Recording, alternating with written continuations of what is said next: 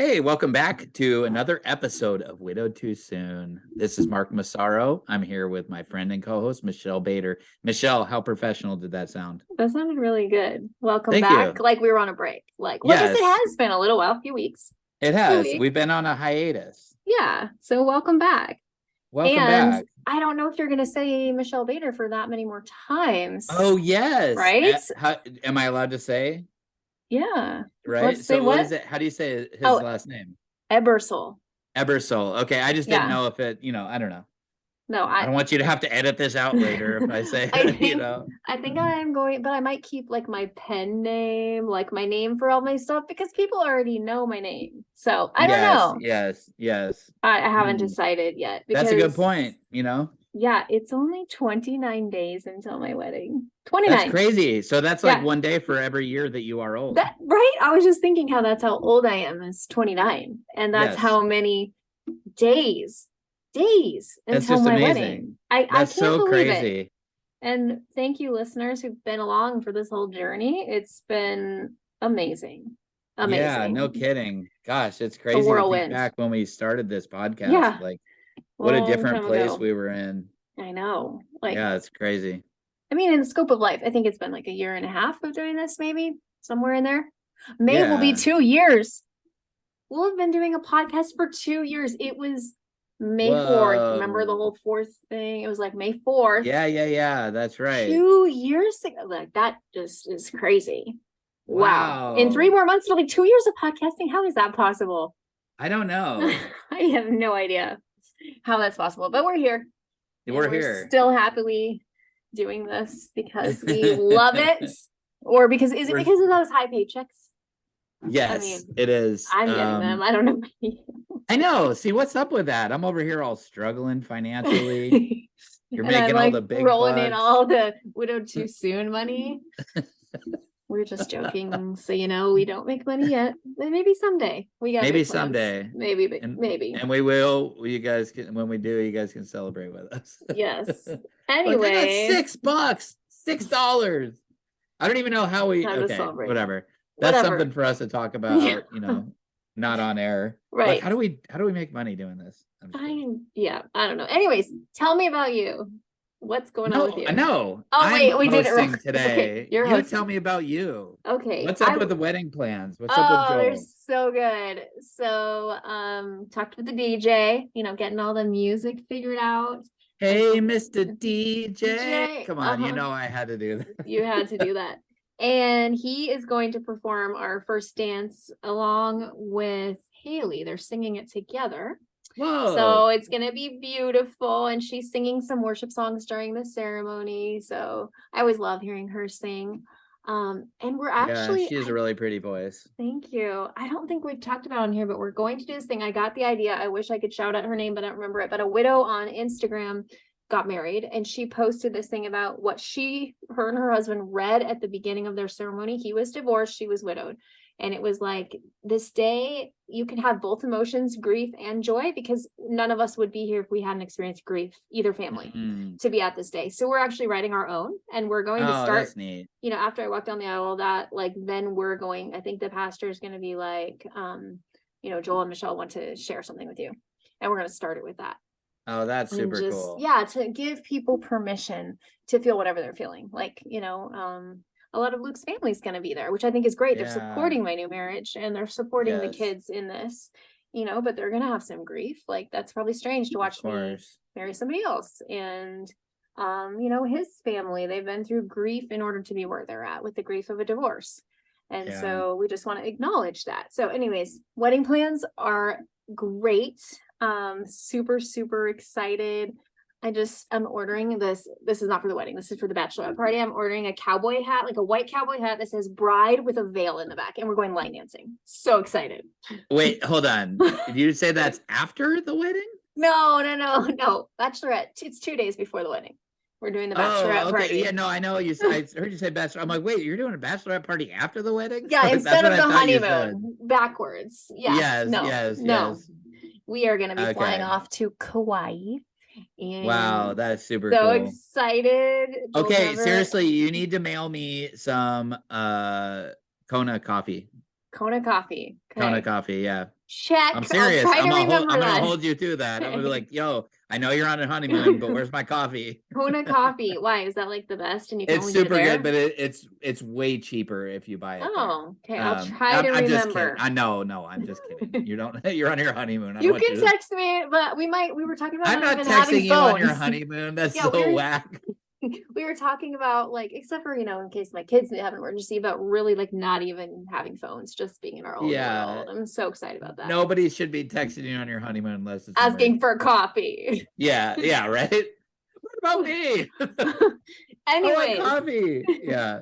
All of the wedding plans. I'll text. Good. Don't worry. I'll text Joel. Okay, you text him, and he's really not going to be using his phone, but I'm going to be using it for pictures. Maybe I'll do where you turn the phone off and just use it for pictures. There you go. Airplane mode. Old school, where I'll give the name of the hotel or wherever. Yeah, we're staying in a hotel. To the kids, like, here's the number in case of emergency. There you go. Like, for real. Smart. Like, that's smart. It would be totally. And then your kids call you. He's like, "Where's the butter?" Yeah, I can't find the butter. Anyways, I'm just in this wonderful place. And I did this post on Valentine's Day with Luke, a picture of Luke and a picture of Joel, and like how you can love two people. And it's so true. Like, I still love and honor Luke and his memory. Absolutely. But yet I'm in this place where I'm about to marry another man, and I'm totally at peace about it. And I'm really happy with where I'm at and where Joel and I are at. Just excited to officially start our lives together and to be his wife. And I'm excited about it. Just ready to fully take that next step. And just that's so wonderful. Feeling really blessed because he is such an amazing man and has been through a lot and really has persevered. And I know God brought us together.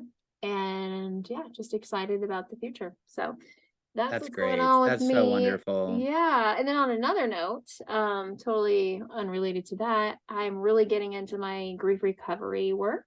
So I'm now a grief recovery specialist, and I'm doing my advanced grief recovery training right now as of next week. So by the time you guys listen to this, I will be certified to help people online. And so the difference between, like, people are like, well, what's the difference between grief share and grief recovery? They're both good in different ways. Grief share is more like in a group, sharing kind of your feelings, and you're supporting each other. This is grief work.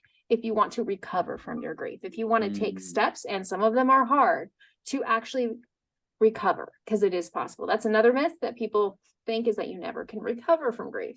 And so I'll probably say it again at the end of this, but if you're interested, please email me or send a message. I would love to set up a phone. Actually, I'm going to put a link that has my Calendly, where you can set up a 15-minute phone call with me if you want to discuss this and learn more about it. So it's amazing. I'm doing my first pilot helping someone go through this, and she's found it very, very beneficial. And I feel like I found my calling. Like, this is my thing now.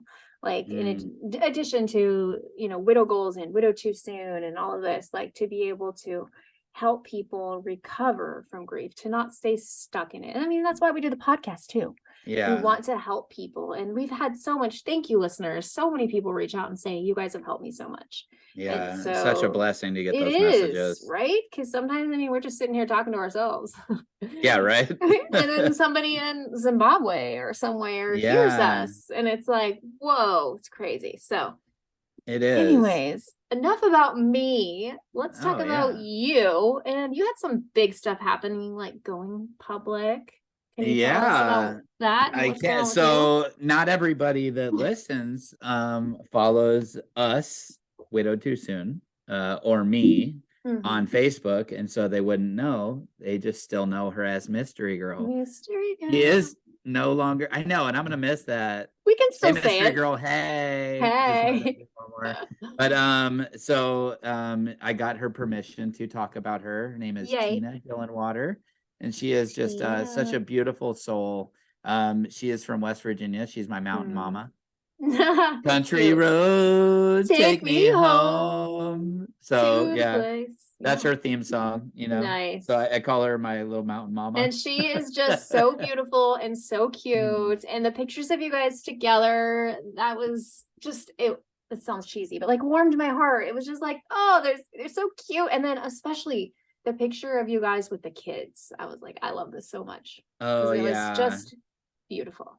Beautiful. It is. And it's, there's of course, there's things that come with that, of course, for one, I'd say the thing that is forefront in my mind all the time with posts like that or pictures like that are my in-laws and being sensitive to their feelings, like you were mentioning earlier.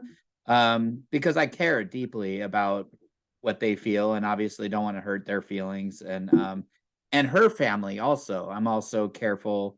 I try to be careful because I'm friends with a lot of her family on Facebook, and I want them to know that that I'm very serious about her and that I love her and care for her a lot. But I don't want to ever seem like I'm disregarding her late husband or my late wife because I'm it's just interesting, right? It's something you don't really understand until you've been through this, that that I still love and adore Lacey. I still hate what happened. I still wish I could change it. But you also get to a point where you're like, but I can't. These are the cards I was handed. Yeah. And I'm just trying to press forward in life. And so anyways, but I want to talk about, the happy stuff for just a minute. And I know that not everybody's there. And I want you to know I understand. And I do pray for a lot of you and feel for a lot of you. And I hope that our posts and our conversations about our new loves encourage people. Yes. And you see that I can sit here and talk about how much I love Tina and how amazing she is. And at the very same time, talk about how amazing Lacey is. Right. And how much I love her.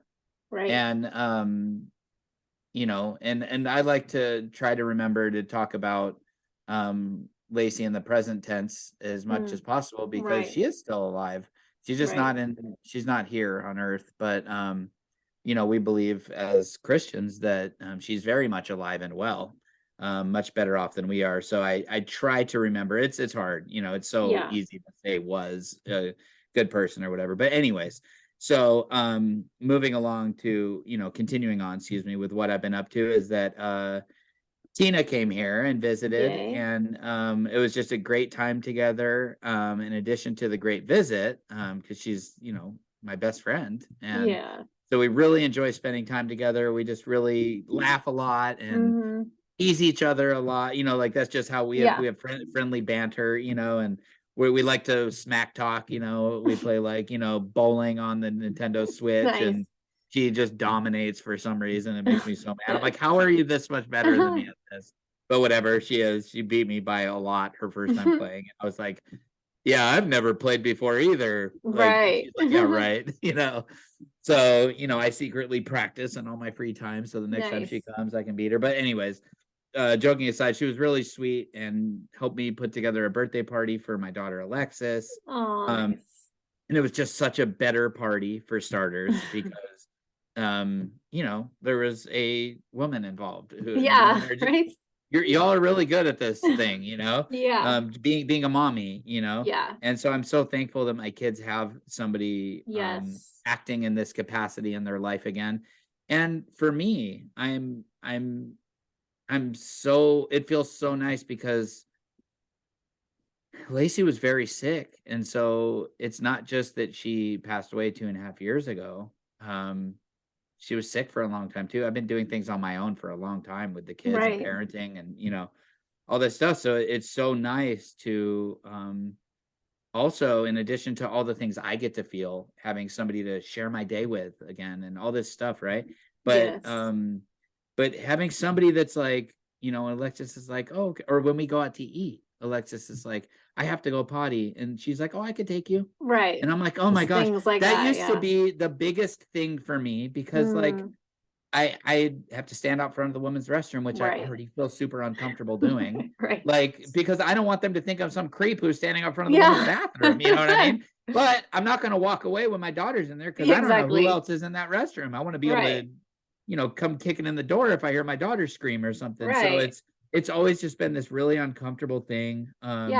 Or when both my kids had to go to the restroom at the same time. I'm like, okay, Alexis, you're older, you can hold it better. Luke, you go in there first. Yeah. And I'm constantly peeking in. You okay, buddy? But I don't want to walk away from my daughter and leave my daughter outside of the, you know what I mean? So all these things that I've gotten so used to doing. Yeah. It's just this giant load off to have this sweet woman who just wants to do it and wants to help me. And, she's told me before, like, that she just had this feeling that, inside, that she wasn't done being a mommy, even though her kids are adults. That she's like, I just don't feel like I'm done being a mom. Wow. And I'm like, well, that's perfect, because I got 2 kids. Well, that works out. Yeah, but and she's just so good with them, and it's she's just so sweet. She's just so awesome. So we had a great time together while she was here. Nice.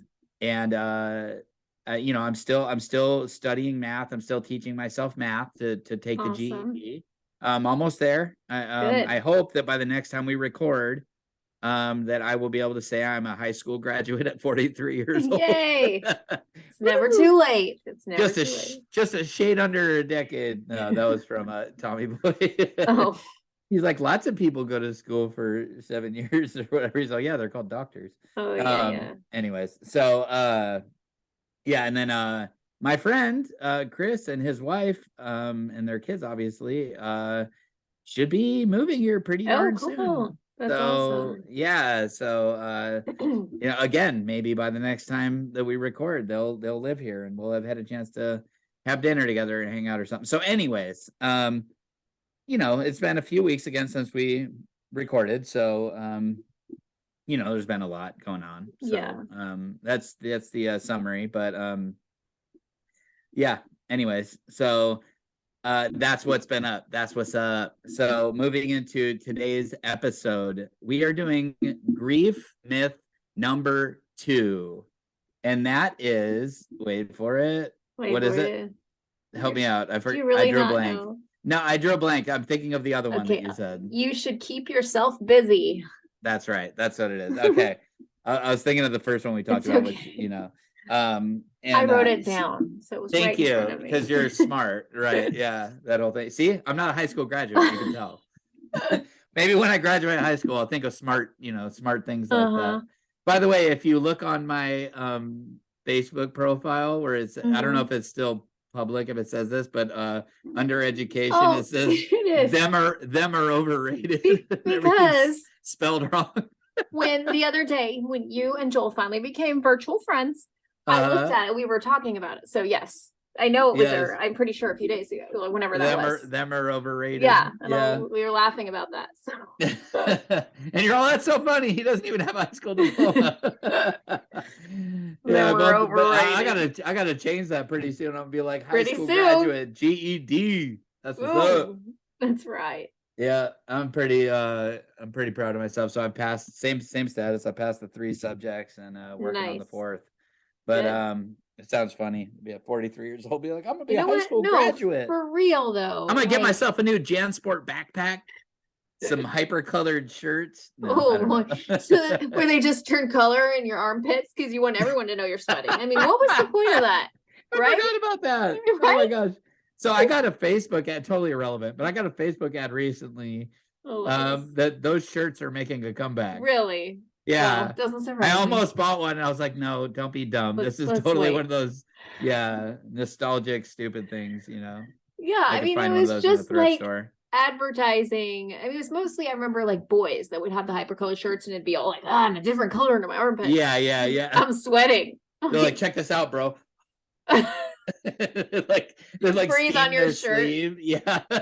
Yeah. Anyways, good old 90s. No, but I think I was saying something. I was about you were sorry. For real, like you should be proud of yourself. Like you had a thank you hard life when you were in high school, and there's reasons why you are where you are today. Thank you. You still have been very successful in everything that you've done, and now you're just making it official. Like you just need to make it official, but you've been very successful. Like it doesn't matter. Thank you. Like, anyways, I just want you to not. That's really nice. Don't take away from what you're doing. And I know we're joking, but there's always a little bit of truth under the joking. But it's a big deal. Like you decided to do it instead of not, and you're starting a new career and all that. And then you've, had a lot of hard things like growing up and then losing Lacey and just everything. So be proud. I appreciate that. Thank you. Yeah, that means welcome. A lot. And honestly, I am very proud of myself. And I mean, I'm just trying to be humble, because I'm the most humble person you'll ever meet. Like, that's always my joke. That's pretty funny. I mean, seriously, you'll never meet anybody more humble than me. Right. I think probably taking your GED now in life is harder than graduating high school, because it's so hard. Far away, like, from what you learned. Like, well, and I didn't really, I mean, not to get into that, but yeah, I mean, I stopped going to regular high school in 9th grade. So I never learned this stuff anyways. Right. So social studies, fortunately, came very natural for me because I'm into politics, but science was very difficult. I passed it pretty high score though, which was awesome. Nice. Anyways, like, here I go being all humble again. But anyways, and then language arts, I passed that with a great score too. So math, I'm having to teach myself like algebra and exponents and order of operations and all this pointless stupid stuff. Not just kidding. Yes. I'm like, who uses this? The slope of a line. No. Formulas. There's probably all these math whizzes out there. Like Lacey. Oh my gosh, Lacey was so good at math. It's just one of those things. I'm like, gosh, what a dummy. Why didn't I capitalize on it? She taught me a lot of other stuff. Right. But she always tried to teach me math. I'm like, I don't even really know that. Now I'm like, oh, what a dummy. She was so smart. Nice. She tutored up to I think it was calculus or statistics. Oh wow. And that's just, I mean, she went higher, but she didn't feel comfortable charging people for things that she wasn't like an expert at, but she was tutoring people up to like calculus and statistics and all kinds of math. But all this stuff I'm doing right now that is so complicated for me, like, she tutored kids on this all the time, and she was like really, really good at it. And she was so brilliant, So it's cool when I see my son and daughter, for that matter, but they're both very smart in their own ways. Yeah.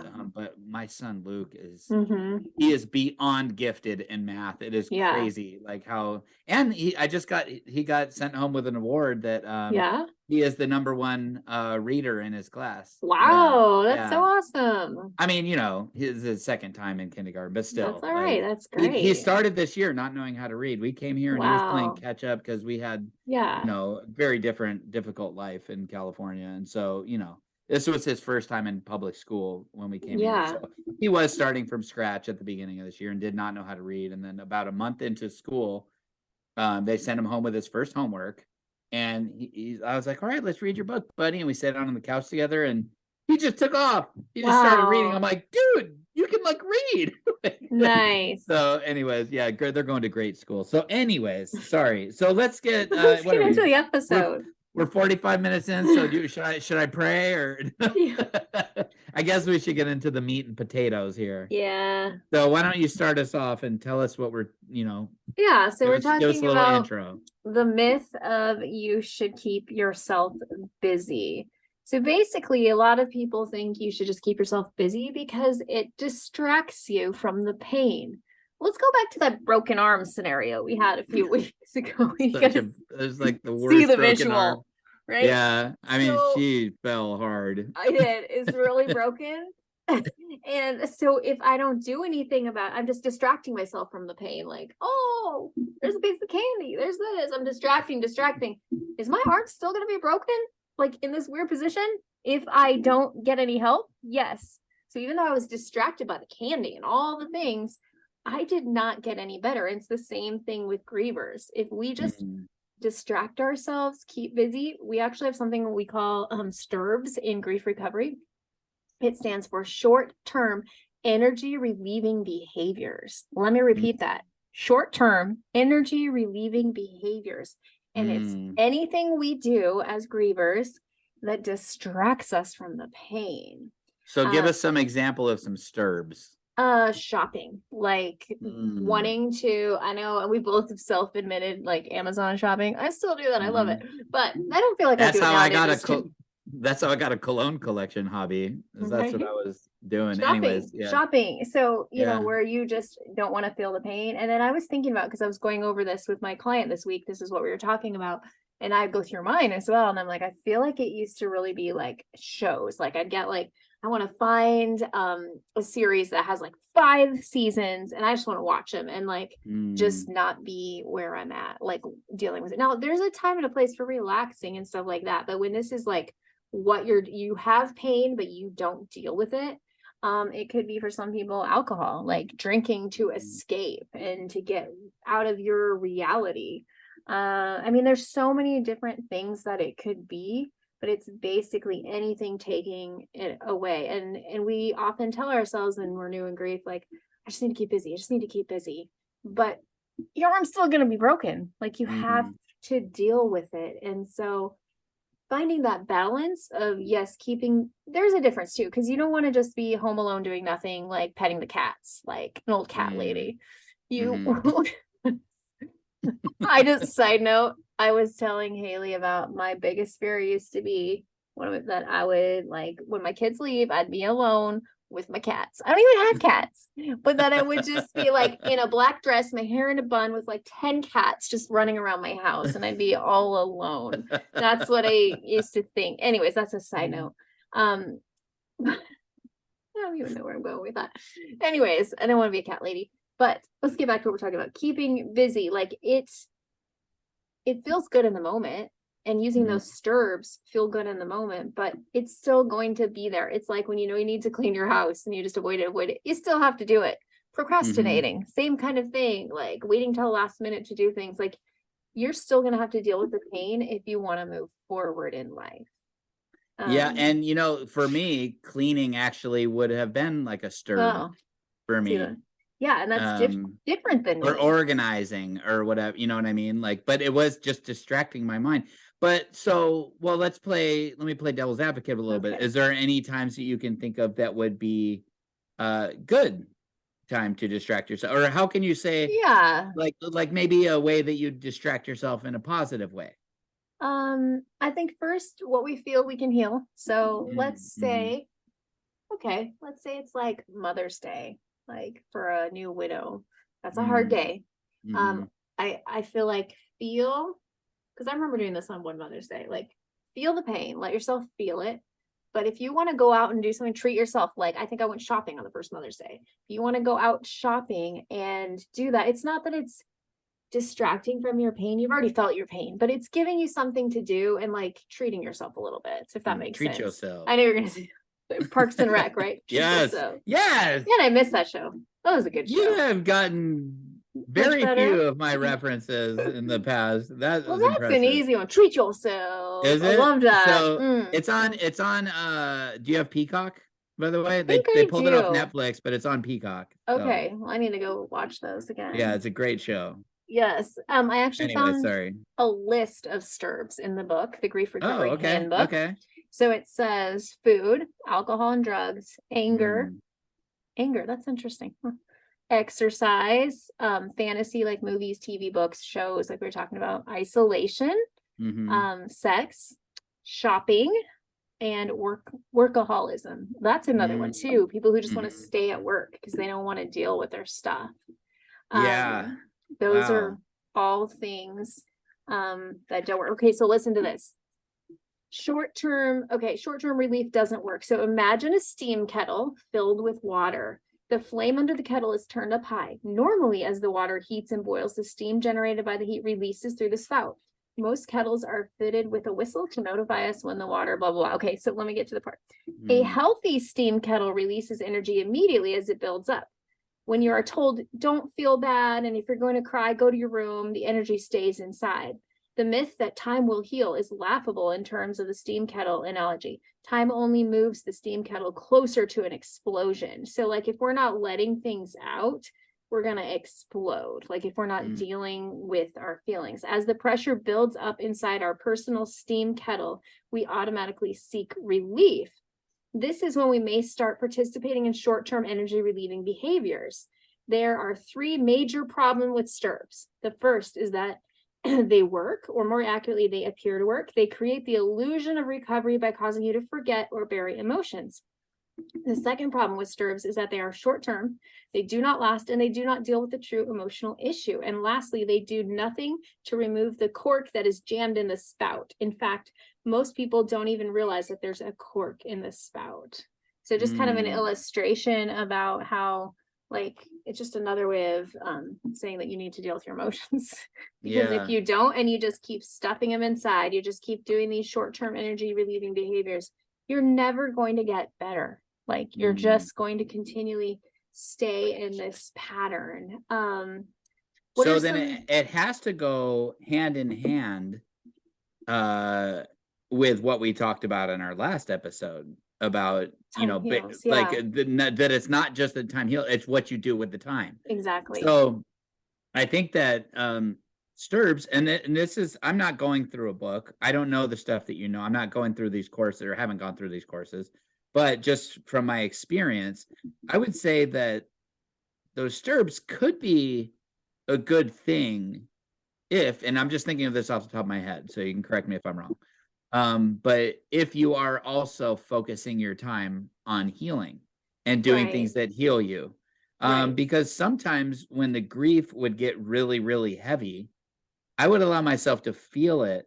Yeah. But for me, it felt easier to process the grief, for example, if I was also cleaning the dishes or mopping the floor or whatever, that I gave myself something to do as an outlet as I process. That's good. So that I'm not, because for me personally, if I'm just sitting there and sometimes the grief would get overwhelming.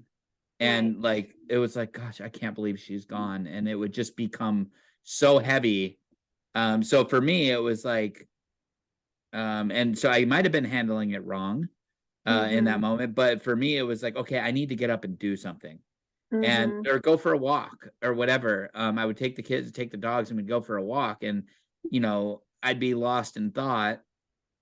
While the kids are, smelling the wild rosemary or whatever, you know what I mean? Yeah. Like, but for me, it's a way to process. So I don't know if that's, a bad way to do it, but I think the point of this is that you don't do these things to fulfill so that you're numbing, like that's shopping, alcohol, whatever other things we mentioned. You're not doing, even dating. Right. Some people date and they move next guy to the next guy to the next guy to the next girl, the next girl, next girl. Yeah. I'm not saying sleeping around. I'm not, saying anything, but like, even like just consuming your mind with a new person. Yeah. Some people choose that. And I think that is the differentiation, is that if you are doing it to numb the pain and pretend that nothing has happened, that's when it's a problem. Right. But you're right. I think what I was saying is probably something. Yeah, I think that's different. I think it's like anything in moderation. Like not anything. Things that are not moral. I only drank a little bit of whiskey when I was but like, yeah, not like watching a few shows or whatever. As long as you're still dealing with your problems, I think that's good. Okay, so it's going to make more sense. I skipped a very important part about the water, and normally the steam comes out. Then it says, imagine the same steam kettle filled with water with a high flame burning below and a cork jammed into the spout. Imagine the pressure that builds up inside the kettle when the spout cannot release the built up energy. The cork represents a lifetime of misinformation that causes us to believe that we are not supposed to talk about sad, painful, and negative emotions. So that's when it's gonna, like, you're gonna get all messed up. If you feel like you can't talk, I can't imagine not being able to talk about it. Like, this whole time, I've had a counselor, a grief counselor, like, we in the beginning talked to each other a lot about the beginning stages, not stages of grief, the beginning, how we felt in grief. Now we talk about it on the podcast. Like, there's so many outlets, and now we have our significant others we talk to about. Like, there's so many places. I can't imagine not having a place to talk about it and keep it and well, if you think about it, if just you and I speaking now, like, of course everybody listening, but if you go back to where we were at 3 months and 6 months when we first started talking, and you think about your mindset back then, think of how much like the things we used to talk about, how difficult, how hard it was, all these different things, how much we missed them. like all these different things. It's not that we don't miss them anymore, but like, think of how much different your mindset is now, and think of how much we have grieved and talked about it and exercised it and worked on it. Like from then until now, just think of how much you and I have done. Like we have put in the work to find the healing. Yeah.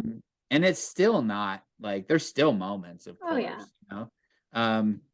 I got a memory on Facebook, as some of you know, who you're my friend on Facebook, that you know, we had just brought my daughter Alexis home from the hospital. It was 5 days home, and I remembered the picture of Lacey holding Alexis, and she looked so exhausted in the picture because, you know, she just brought a new baby home. She was, you know, we're all adults in here listening.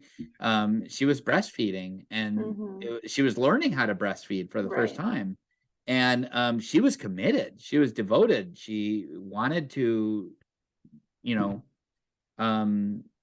provide her baby she wanted. She was a mother, you know, she was a mother, and she was awake all night, all the time, you know. And of course we were scared we were gonna squish the baby, or the baby was gonna stop breathing, you know, when you're all those things, you know. And your second kid, you're like, yeah, they'll be fine, you know. But so I saw this picture of her, and it got me thinking about a lot of stuff about her. And you know, it's stuff I think about often anyways, but just when you see it, it took me back to a place. And it also made me think about like all the things that she's missed already, all the things that she's missed, and how that even though I don't feel sorry for her because she's in the presence of our Lord and Savior, but it did make me feel like it was kind of unfair for her. Right. That, you know, she doesn't get to see her son reading. She doesn't get to see her daughter getting awards at school, and her daughter doing these really talented arts and crafts, and being an excellent reader, and just trying so hard, and just the little lady that she's becoming. And then my son, and just how his brain works, and how he's so much like her. And there's just all these things that she doesn't get to know.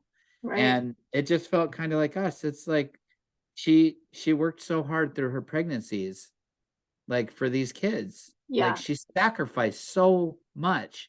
She gave up, like she was just determined and devoted, and like every freaking healthy and nutritious thing she could do, she was doing. And exercise, and taking all her prenatal vitamins, and just everything that she could do, drinking mother's milk, and, you know, the tea, just to be in case somebody doesn't know what that is.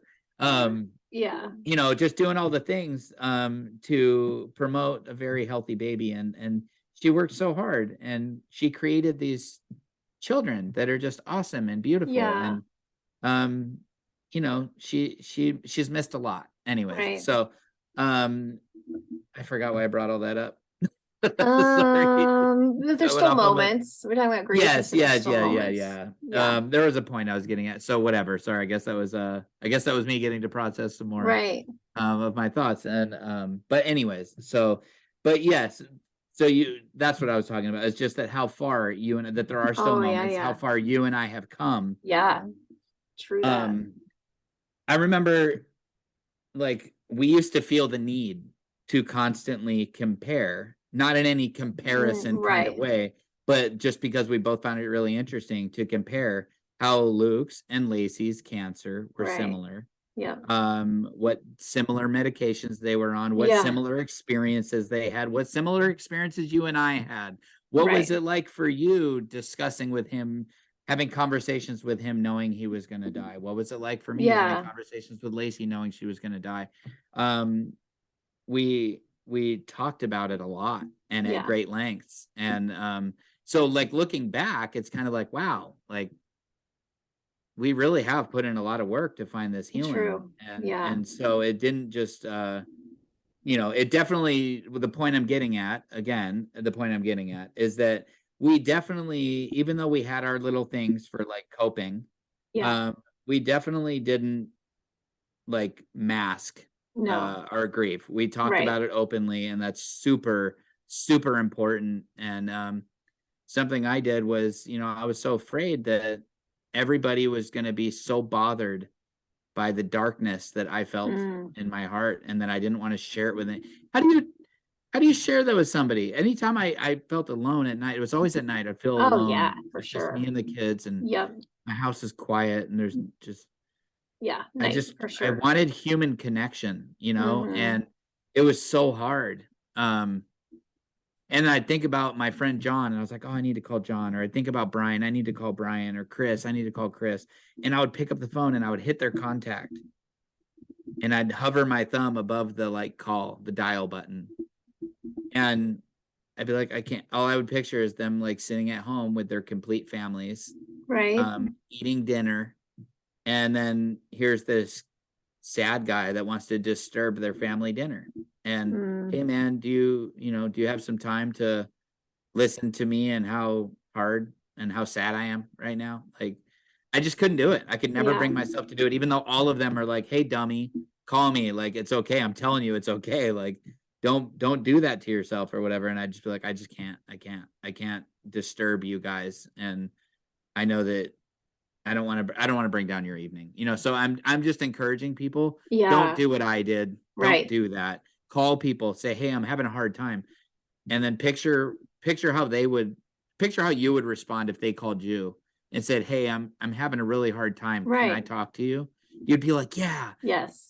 Shut off the TV, stop dinner, put a pause on dinner, whatever it is. Hey, sorry, I got to take this call. Like, I would tell my wife, hey, I'm so sorry. My friend needs me right now. I need to take this call. And I would step into the other room and I would close the door and be like, what's on your heart, man? Let me listen to you. Let me be there for you. And I just had a really hard time picturing anybody wanting to do that for me. And so don't do that to yourself. Right. That's a lesson, Mark thoughts. These are Mark lessons. Don't and graduate high school. Like, do it. Go back to school. Do it. No. Why do you think it totally side note? Why do you think it's Mark my words? Like, random. Why isn't it Joel my words? Like, why isn't Mark my words? Question. Because it's like Mark. Like, put like a mark down on the like a check mark, Oh, I got it. Like, okay. Mark my words. That's what I think. That's really funny. Just really random. Why isn't it Joel my words? And why is it jackpot? I always tell him he's the Joel pot. Like, why is it jackpot? Like, I hit the jackpot. I hit the Joel pot. I mean, just random questions, thoughts. I think. Why isn't it a Joel of all trades? Right? Why isn't it Jack? Anyways, side note. Okay, back to this. So why is a mark why is it a bad word to call somebody a mark? It is. You might not know that one. Yeah, that's my thug life coming out. Yeah, if you're like, yeah, if you call somebody a mark, you're saying it's like calling somebody a snitch. I mean, it's not the same thing, but it's like, know that. I can't say, it means something derogatory, but it means you're a sissy or something like that. Like, he's a mark. Isn't that funny? That is. You've never heard that? Dang, you need to like go to LA or something for a little while. Yeah, live my thug life. Or you know what? My mom's name is Karen, and she hates it when people are like, don't be a Karen. She's like, why do people say that? She hates it. So I forgot that your mom's name is Karen. Yeah, so she's like, that would be frustrating. Yes, if we were like, don't be a Mark, or don't be a Michelle, it'd be like, that's rude. So she's always like, I hate it when people say don't be a Karen. Oh, and that only came out like 5 years ago? Yeah, not that long ago. Max, Yeah. I wonder where that came from. Don't be such I don't know. I am sorry to your mom, because that is rough. Right. That is rough. Like, right. Oh man, yeah, that's sad. Anyways, okay, back to our conversation. So I think it's about finding a balance between feeling your feelings and then also being able to do some activities that don't require you to think a lot, and that you're able to, taking a walk, line dancing, all the things, like being able, what I do. Right, to be healthy. And not just letting time pass, like, oh, I'm just trying to like get through another day and distract yourself, but like, no, every day counts. I can be one day closer to my healing of like feeling better. Like when you're sick, right? You're taking your vitamin C, you're doing all your stuff, you're trying to be proactive and getting better. You're usually not just sitting there like, I just hope I get better.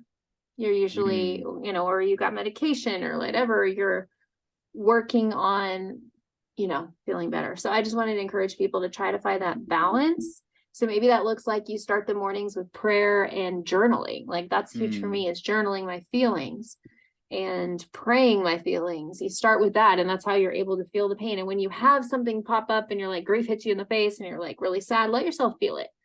Don't push it down. Like, it doesn't matter. It doesn't matter what people think. Don't push it down.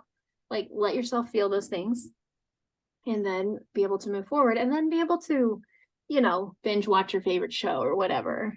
Like it's okay within reason. So that's what I have to I'm say so about sorry. What are they called again? I'm gonna write it down. Disturbs. What happened? Where'd you go? You can sound all smart when you tell somebody, hey, I think you're disturbing. Actually, one of our leaders, that's how they say it. They're like, the person was disturbing. Now I know what it means. Short-term energy relieving behaviors. So they're things that just help you feel better, but they don't really address the problem. They're not addressing like what's really happening on the inside of you. It might be something that makes you feel good for a little bit, but it's not permanent. It's not helping you. I see. And so then short-term energy relieving behavior. So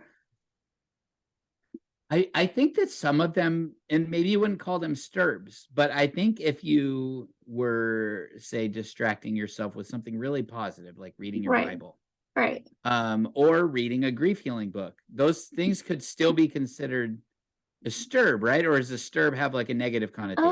I think it's most of these are negative. Okay, so that's when they reference them, as they're saying when you're doing something negative. Okay, I think so. Because short-term energy relieving behavior doesn't necessarily sound like it's negative, but I think the main takeaway is, like we're saying, is like, make sure you're not doing it for the reason of, disguising your pain, pretending like nothing, Yeah, like this is saying, early on we learned to cover up, hide, and bury our feelings under food.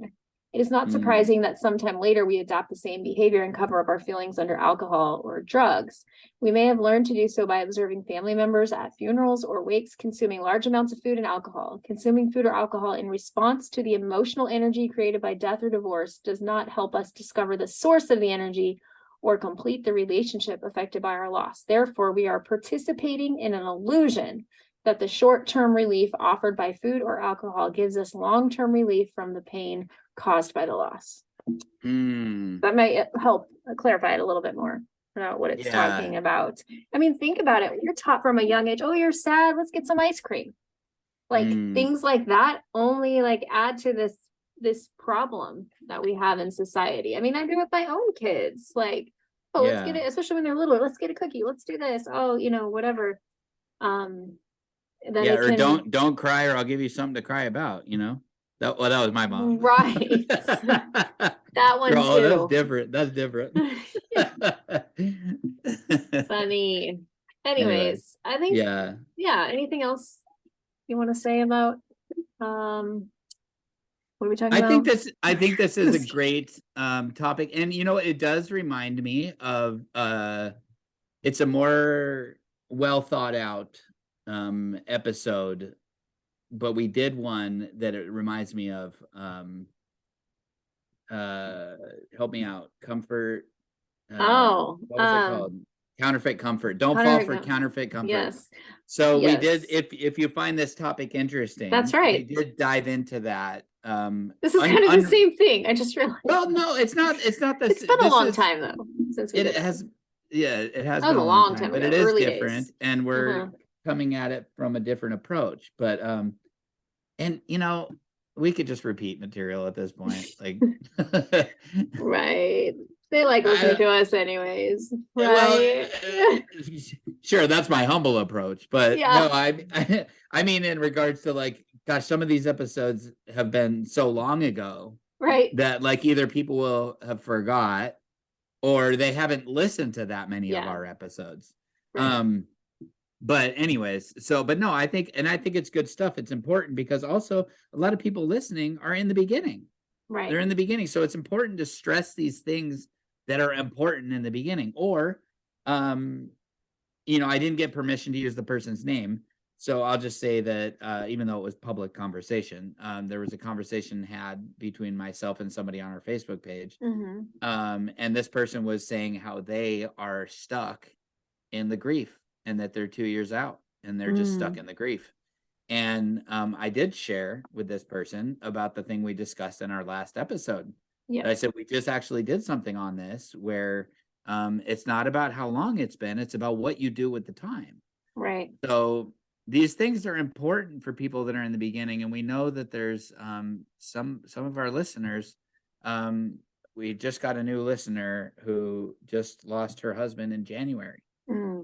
She is new, recent, yeah. Yeah. And so it is good to discuss these things, because that's what we're here for. We're here to help. So maybe this was, there's things here we didn't mention in the other episode because we didn't know these things yet. That is true. Or you didn't know these things yet, and I didn't piggyback on and pretend like I knew them. Right. You knew it. Yes. I was just winging it. But you graduated high school. Wait, you did, right? Yes, I did. It's so obvious. Yes. So no, I just think that it's that if you find this topic interesting, go search that other episode, because we do dive into the specifics of what those things might look like. We now know them as STIRBs, but where we called it counterfeit comfort, because they were things that we all pursue in the beginning. You need something, because you are just an emotional wreck and you need something. For me, I did dive deeper into my vaping. I was vaping nicotine, which, I have since stopped. But I was vaping nicotine for a long time, and I was eating a lot of food. I was eating fast food. I was like, who cares? Who cares? Right. Who cares? And just so many things. I started, buying things, and because you'd get excited when you'd get a new package on your porch. Yes. And, it didn't matter what it was. It could have been like, oh, I want like a new mouse pad. I don't go online and order it, or whatever. Oh, I want to organize my kitchen drawer, so I'm going to get some organizers. Whatever it was, or collecting cologne. That was totally. Now I love the hobby, but I had to, I recently over the past 6 months, whatever it was, I sold off a lot of my collection, because I realized I'm like, okay, this is something that got out of hand. Fortunately, it's one of those things that holds its value pretty well if you're in these communities. So it's not like, it wasn't like a huge financial hardship or anything that I incurred, but it's those things that we do, that we look for a counterfeit comfort. So I'd say, just to wrap that up, that like if you want to hear more about this and maybe learn more about why you are feeling the things you're feeling, if you're new, go check out that episode. And honestly, a lot of our older episodes might be better for you, because we weren't always in the place where we were wanting to date again, and we were in love with other people again. Right. So, if you hear this, it might be hard for you to hear us talking about new relationships, and you might just be like, I can never imagine that, but I'd encourage you to go back and listen to some of our older stuff too. And you can hear the journey. We recorded our journey. We did. Yeah. So, we were at a different place for a long time. So, anyways, it's episode 21. I looked it up. Thank you. People would like to listen to Don't Fall for Counterfeit Comforts. That's a minute ago. Because what are we on now? There's 64? Oh, we didn't even look. Let's just see so we can tell everybody. I mean, they'll know because they click on this and it says, let me go. Yeah, they know. We don't 65. Know. 65, dang. 65. That's almost as many countries as we are being listened to in, which is crazy. 66? Is that what you 66, said? Yeah. Wow. We just recently got Colombia and Estonia. Nice. Anyways, yeah. It's impressive. Impressive that all these people want to listen to us. I know. It's weird. In our great, great humbleness. Yes, we're so humble. So humble, like seriously, like, oh my gosh, like people wish they could be this humble. I know they do. Anyways, you gotta have humility. Also humor. You gotta have humor. You gotta be able to laugh. It's okay to laugh. It's okay to laugh. That's one of our episodes. Yeah, it doesn't mean that you're did we do that? Yes. If not, we should do that. Well, I think we have one called Finding Joy again, but I think there's one called It's Okay to Laugh. Let's look at the OG episodes, the original. Yes, the original. Let's see. Well, Finding Joy in Grief. Yes. I'm looking about if there's one about laughing. There's not. We should do that one. See, boom. I don't think we have that actually in the title. Edit this out anyway. so we can sound all clever like we just thought of. Yeah, I don't think so. No, but seriously, it is okay for you to laugh. It doesn't mean that if you smile or laugh, as you remember, you and I talked about that a lot. Like in the beginning, it was like, gosh, it feels so weird to even smile. Right. Like everybody's staring at you and you're like, is it okay to smile? Is it okay to laugh? It is. It is. Because you can turn around and start crying a minute later. So if you feel the desire to smile or laugh at something, like do it. And it's okay. Yes. Because it doesn't mean that you don't love your spouse or that you love your spouse any less if you find something funny. It's okay. That's a good thing. That's the first stages of starting to find healing is when you find the ability within yourself to smile again or laugh again. Mm-hmm. So that's a good thing. If you feel it, do it. Laugh. Ha ha ha ha ha. Okay. That was like my best laugh ever. That was really good one. Don't okay me. That was great. It's a great start. It was a great start. Okay, laugh. Mark. Yeah. Nice. That's great. All right. Okay, would you like to pray us out? Yes, okay. I will pray us out. You do it. Lord, I'd like to thank you so much for blessing us, even though we face dark trials and seasons, that you still are there for us and that you teach us things through really, really difficult times and difficult seasons in life. You still are teaching us and helping us to grow and helping us to hopefully be more Christ-like, because that should be all of our goals, is to be more like Christ. And I pray that you would do that. And I pray for those that are in the beginning, especially for that woman, I don't remember her name, nor would I say it, but who lost her husband like a month ago. I pray for all those people, Lord, that are in those beginning stages, that you would help them and surround them and fill them with your peace and your Holy Spirit, and just place your loving hand on their shoulders and just help them feel a small bit of joy this week. I pray for that because I know it's hard to feel much more than that. And just thank you for the healing that you have provided in many of our hearts. And I thank you for being such a loving and faithful God. And we pray to you always in the name of Jesus Christ. Amen. Amen. Well, if you liked this podcast, give us a little ping, 5 stars on Apple Podcasts, or you could write a little review. We'd love that. It's been a while since we've had one. Or a big review. It doesn't have or a big review, whatever. It doesn't matter. And you can email us. I did check it recently. There was nothing there. Widowed too soon M. Well, sometimes we forget. Widowed too soon M at gmail.com. But the best place is on our Facebook page, Widowed Too Soon, which is boom, blowing up. It says like 1.3 thousand or 1,300 followers, and then like 1,200 people. I don't know. It's good. It's big. That's awesome. Yeah. And you can also find us on Instagram, all the places. Again, if you'd like to learn more about grief recovery and how I could personally help you, I'll put a link. It's like a little Calendly link that will have my calendar, and you can sign up for a 15-minute consultation where we can talk about if this could be a fit for you. So that's anyways, awesome. Thanks for listening, everybody, and we'll see you next time. Yes, God bless you.